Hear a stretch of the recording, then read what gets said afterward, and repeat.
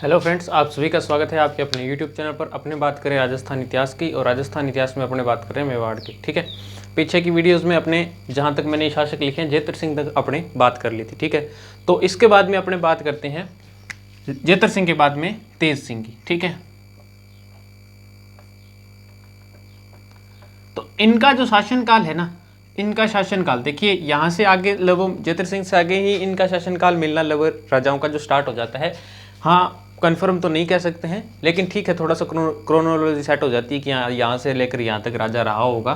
तो इस हिसाब से इनका जो शासनकाल है वो 1250 से लेकर के 1273 तक माना जाता है। ठीक है ना, कोई दिक्कत नहीं होगी। ठीक है, अब देखिए, इनको समझने के लिए आज अपने एक नया फॉर्मूला छोटा सा, ठीक है ना, स्टार्ट कर रहे हैं। अगर आपको ये अच्छा लगता है ना तो मेरे को बताना, आप ये अपने इसी अकॉर्डिंग से सारे के सारे शासकों के बारे में बात करें। तो देखिए, तेज सिंह के बारे में सबसे पहले अपने बात करते हैं। तेज सिंह के बारे में सबसे पहले अगर तेज सिंह के बारे में देखने वाली चीज़ है तो आप ही बताओ कि कौन सी होगी। ठीक है, सबसे पहले इनके पिता का नाम देख लेते हैं अपने। अगर किसी शासक का पिता का नाम दिया होता है तो अपने सबसे पहले क्या करेंगे, उसके पिता का नाम याद कर लेते हैं। क्या होगा, इनके पिता कौन थे? जेतर सिंह ही थे। इनके पिता कौन थे? जेतर सिंह थे। ठीक है, इनके पिता कौन थे?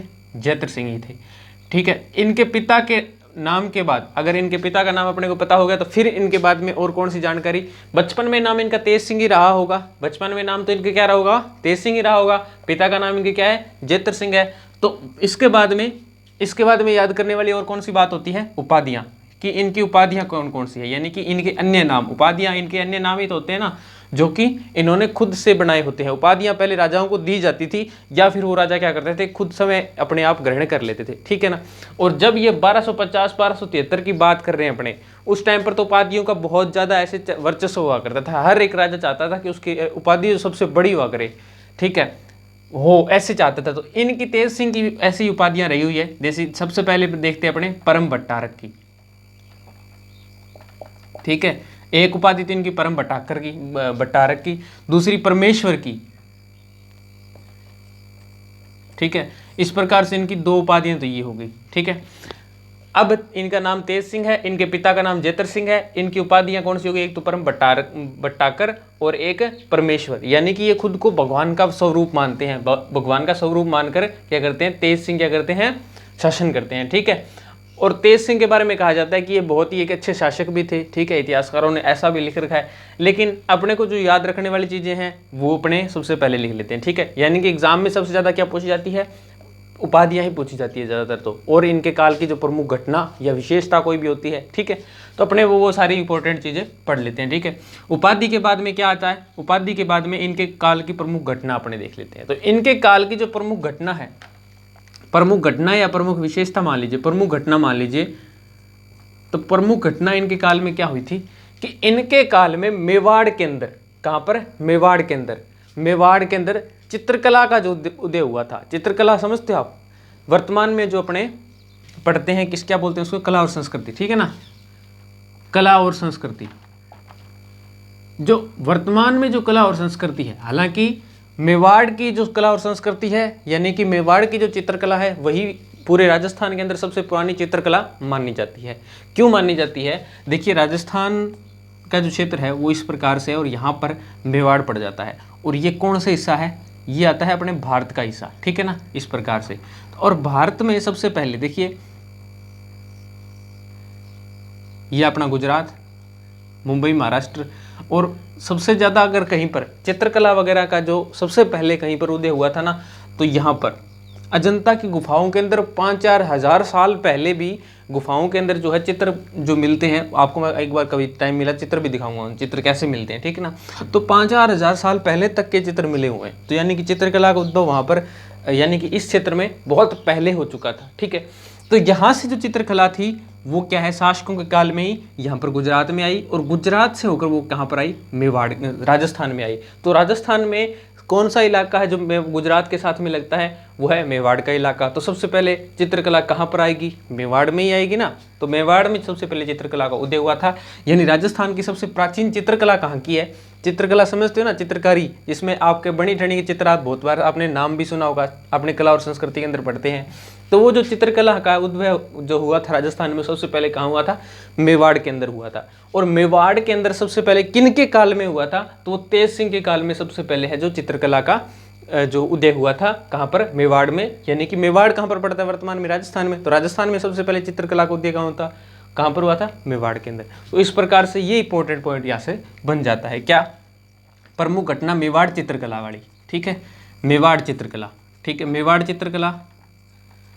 मेवाड़ चित्रकला की विशेषता देखें अपने, तो ये क्या है? मैं ब्रैकेट में लिख रहा हूँ, राजस्थान की सबसे प्राचीन चित्रकला है। राजस्थान की सबसे प्राचीन चित्रकला, सबसे प्राचीन चित्रकला।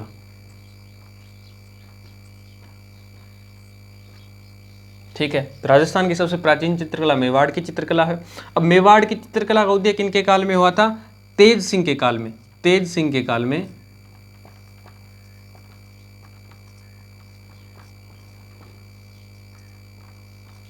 उदय।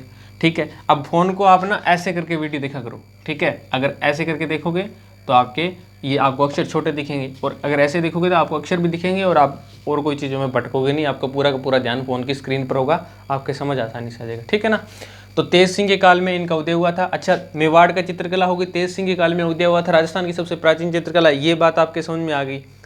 अब एक बात और, कि सबसे पहले कुछ चीज चित्रित तो की गई होगी, तभी तो इनका उदय हो रहा है। तो क्या सबसे पहले चित्रित की गई? तो उनका नाम अपने को पता है? हाँ जी, अपने को पता है उस चीज़ का। और सबसे पहले मेवाड़ की चित्रकला में अगर कोई चीज़ चित्रित हुई थी तो वो क्या था? वो कोई एक फोटो नहीं थी, वो पूरा पूरा ग्रंथ था। यानी कि पूरे चित्र, एक ग्रंथ बना दिया गया था। वर्तमान में जैसे आजकल एल्बम नहीं होता है क्या, वैसे ही वो ग्रंथ था। उसको ग्रंथ का नाम दे दिया गया, यानी कि एक एल्बम बना दिया, उसमें पूरे के पूरे में चित्रित किए हुए फोटोज, जो कि राजाओं की रही होगी। ठीक है ना?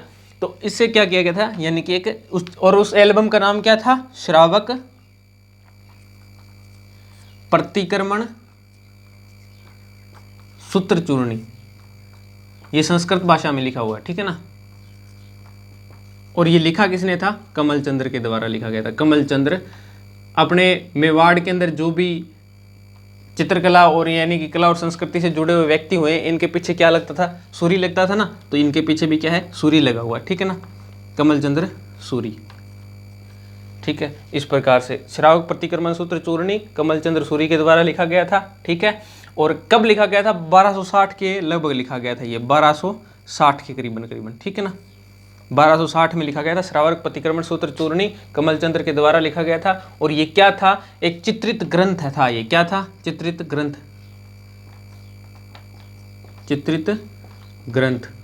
ठीक है ना? चित्रित ग्रंथ था, यानी कि पूरे के पूरे अंदर चित्र कोरे हुए थे। ठीक है, चित्र बनाए हुए थे पूरे के अंदर। पूरा एल्बम था, एक प्रकार से कह सकते हैं, आजकल वर्तमान में जो एल्बम होता है उस प्रकार से। ठीक है ना? तो इनके काल की एक प्रमुख घटना ये रही कि मेवाड़ की चित्रकला का उदय हुआ था। ठीक है, राजस्थान की सबसे प्राचीन चित्रकला मानी जाती है। क्यों मानी जाती है? क्योंकि यहीं पर सबसे पहले मेवाड़ के अंदर ही, पूरे राजस्थान के अंदर सबसे पहले चित्रकला कहीं पर अगर स्टार्ट हुई थी, कला और संस्कृति का कहीं उद्भव हुआ था, वो कहाँ हुआ था? ये जो 1200 से लेकर आगे का जो है ना, 1200, 1300, 1400 ईस्वी, इनके अंदर चित्रकला और ये जो कला और संस्कृति है, इसका विकास बहुत तेजी से हुआ था। ठीक है ना? इसी फेज के अंदर 1200 से लेकर वो 1500 तक। ठीक है, इसमें बहुत सारे ग्रंथ लिखे गए थे। इसी के अंदर बहुत सारी कला और संस्कृति, यानी कि मंदिर निर्माण, भवन निर्माण, ऐसी कलाकृतियाँ, लोगों को टाइम ही अब ऐसा जाकर इस काल में मिला था जाके। ठीक है, लोग समझदारी एक प्रकार से मान लीजिए कि इस सिस्टम में इसी काल के अंदर हो रहे थे। ठीक है, तो ये श्रावक प्रतिक्रमण सूत्र चूर्णी तब लिखा गया था कमल चंद्र सूरी के द्वारा। ये एक चित्रित ग्रंथ है। ठीक है, तेज सिंह की एक प्रमुख घटना ये हुई। इसके अलावा एक श्याम पार्श्वनाथ जी का मंदिर बनाया था इनकी पत्नी ने। ठीक है, अच्छा, इनकी पत्नी का नाम आपको याद रहे ना रहे, इसके लिए आप क्या कर सकते हो? इनका नाम क्या है? तेज है ना? तेज को उल्टा कर दो, जेत, और आगे ले लगा दोगे तो इनकी एक जेतल पत्नी थी इनकी। ठीक है, इन्होंने क्या करवाया था? श्याम पार्श्वनाथ जी का मंदिर बनवाया था। श्याम पार्श्व, श्याम जी कौन से? कृष्ण भगवान होते ना, श्याम पार्श्व मंदिर निर्माण करवाया। एक पॉइंट ये है, ये याद रख लेना। ठीक है, उस टाइम पे मंदिर वगैरह यही मतलब कि आज की तरह फ़ोन तो था नहीं, लोग फ्री रहते थे तो वो क्या करते थे, भगवान की सेवा करते थे और मंदिर वगैरह ऐसी कुछ चीज़ें बना लेते थे। ठीक है, आजकल तो लोग फ्री होते हैं तो कुछ और ही बनाने लग जाते हैं ना। तो इस प्रकार से जैतल इनकी पत्नी थी और उन्होंने क्या बनाया, श्याम पारस नाव जी का एक मंदिर निर्माण करवाया था। इसके अलावा इनके बारे में और कोई जानकारी मिलती है क्या? इनके बारे में कोई विशेष जानकारी नहीं मिलती है। एक इनके मंत्री का नाम और मिलता है, ठीक है ना, मंत्री का नाम मिलता है इनका। मंत्री नाम क्या था इनके? मंत्री का नाम था भीम सिंह। ठीक है, बस यही है इनके प्रमुख घटना और यही इनकी उपाधियाँ हो गई। ठीक है, उपाधि पिता का नाम, उपाधि प्रमुख घटना हो गई। प्रमुख घटना में सबसे इंपॉर्टेंट ये है, इनकी पत्नी ने एक श्याम पारसनाथ जी के मंदिर का निर्माण करवाया था। ठीक है, और मंत्री का नाम इनके भीम सिंह था। ठीक है, और इनके काल की यही सबसे इंपॉर्टेंट घटना है और इतना ही है सब कुछ। ठीक है, तो अगर ये वीडियो आपके